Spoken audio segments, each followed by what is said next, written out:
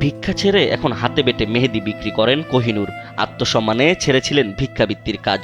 ধানমন্ডির ব্যস্ত রাস্তার ধারে ফুটপাতে বসে পাটার উপর মেহেদি বাটতে বাটতে নিজের ভাগ্যটাকেও যেন প্রতিদিন ঘষে চলছেন কোহিনুর। জন্মের পর থেকে দুই পা তাকে স্বাভাবিক জীবনের দৌড়ে সঙ্গ দেয়নি, কিন্তু থেমে থাকেনি কোহিনুরের জীবন।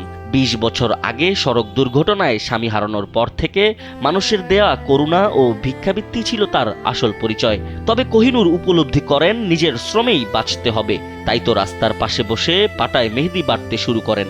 মানুষের হাতে হাতে তুলে দেন মেহেদির রং, আর সেই রঙেই খুঁজে ফেরেন নিজের বেঁচে থাকার পথ। আমি তো হাতেই পারি না, আমি তো একটা প্রতিবন্ধী। আমি বই মেহেদি বাচ্চা বেচ্চা খামো, আমার দুটো ডাইল ভাত খাওয়ার তো সম্ভব হইব, ভিক্ষা তো আর করুম না। এই তো আমি মেহেদি বাটা জানাম। লোডশেডিং কিংবা ঘরের বাইরের তীব্র গরমে ওয়ালটন রিচার্জেবল ফ্যান থাকলে থাকবে শুধু বাতাস আর বাতাস। আমি সবাই সব রকমের ব্যবসা করে, তা আমি কি করতে পারি? আমারও করতে ইচ্ছা করে, আমারও বাঁচতে ইচ্ছা করে সবার মতো। আমি তো মানুষ, আমি তো আর অমানুষ না। আমিও বাঁচবো ব্যবসা করে। চিন্তা ভাবনা করলাম না, গাছের পাতায় কিনাই না, পাড়ায় বাচ্চা বেশি। যে হাত দিয়ে পাটাপুতার ঘর্ষণে অন্যের হাতে উৎসবের রং ওঠান, সেই হাতেই লেগে থাকে সংগ্রামের দাগ। অল্প বয়সে স্বামীকে হারিয়ে দুই মেয়েকে নিয়ে ধানমন্ডির লেকের পারে রাস্তায় বসবাস করতে হয় প্রতিবন্ধী কোহিনুরকে। লেকের পাড়ের রাস্তায় বসবাস ও ভিক্ষা করেই ফুটপাতের আলো ও ধানমন্ডির স্কুলে দুই মেয়েকে পড়াশোনা করিয়ে বিয়ে দিয়ে এখন তিনি সবশেষ রয়ে গেছেন এই রাস্তায়। ভ্যান গাড়ি চালাতো, সকালে তরকারির খেপ মারতে আসছে, টিরাকে মাইরা দিছে। হ্যাঁ, আমার ছোট মেয়েকে এক বছরের কুলে রেখে মারা গেছে। আমি বাবা প্রতিবন্ধী, এই ধানমন্ডিতেই বড় করছি। এই বাতির আলোতেই, ফুটপাতের বাতির আলোতে পড়ালেখা করাইছি। আমি নিজে ভিক্ষা করছি, তাও সন্তান দেওয়া করাইনি। কেন আমার সন্তানটা একটাই কইছি, তোমরা লেখাপড়া শিখো, মানুষের মতন মানুষ হও। আমি যা মন তা করি, আমি চুরি করি, ডাকাতি করি, বদমাশগিরি করি, তোমাকে মুখের হাত টুকাই। সারাদিন পাটাপুতার ঘষাঘষি, আবার রাত হলে এই রাস্তায় বিছানা পাতেন কোহিনুর।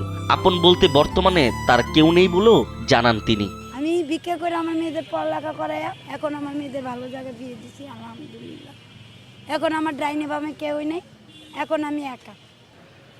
এই যে এখানে আমি দোকান করি, এখানেই আমি রাতে ঘুমাই। 10টা বাজে যাই, রাতে 1টা বাজে আনি এই মেহেদিগুলা বাঁচি, এখানে বিছনা করে এখানেই ঘুমাই। মেঘ নেই, তুফান নেই, ঝড় নেই, এখানে। জীবনের কঠিন বাস্তবতায় যখন স্বামী হারা হন, ঠিক তখনই আত্মীয় স্বজনরা তাকে ছুঁড়ে ফেলে দেন। তাই তো আজ তিনি আক্ষেপ করে বলেন, নিজের কাফনের টাকাও নিজেই জোগাড় করে রেখেছেন। আত্মীয় স্বজনদের হাতে মাটিটাও নিতে চান না শেষ বিদায় বেলায়। আত্মীয় স্বজন আজ্ঞায় নেই, পর মানুষ আজ্ঞাইছে। কেন আজ্ঞাইছে? আমার চেয়ে পর মানুষ হলো না। আমি যদি মরে যাই, আমার কাফনের টাকাটাও রাখি, যেন আমার কাফনের, আমি মরলাম আমার টাকা দেয় যেন কাফনের কাপড় কিনে মাটি দেয় জনগণ। আমার আত্মীয় স্বজনের মাটির দরকার নেই, আমার জনগণের মাটি দিলেই। কোহিনুরের কাছ থেকে যারা মেহেদি কিনছেন তারাও বলছেন, ভিক্ষা কোনো পেশা হতে পারে না।